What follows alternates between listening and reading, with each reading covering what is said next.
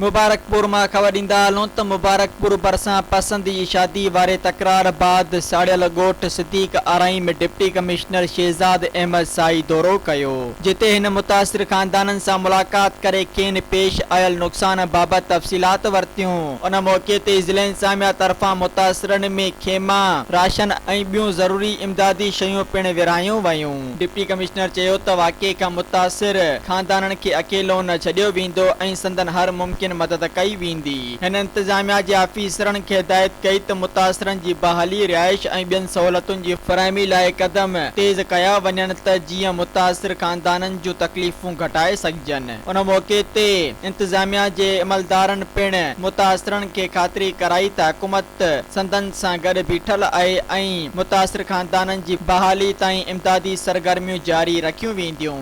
Subscribe कयो अवामी news HD खे ऐं ताज़ा तरीन ख़बरुनि लाइ ॾिसंदा रहो अवामी न्यूज़ HD।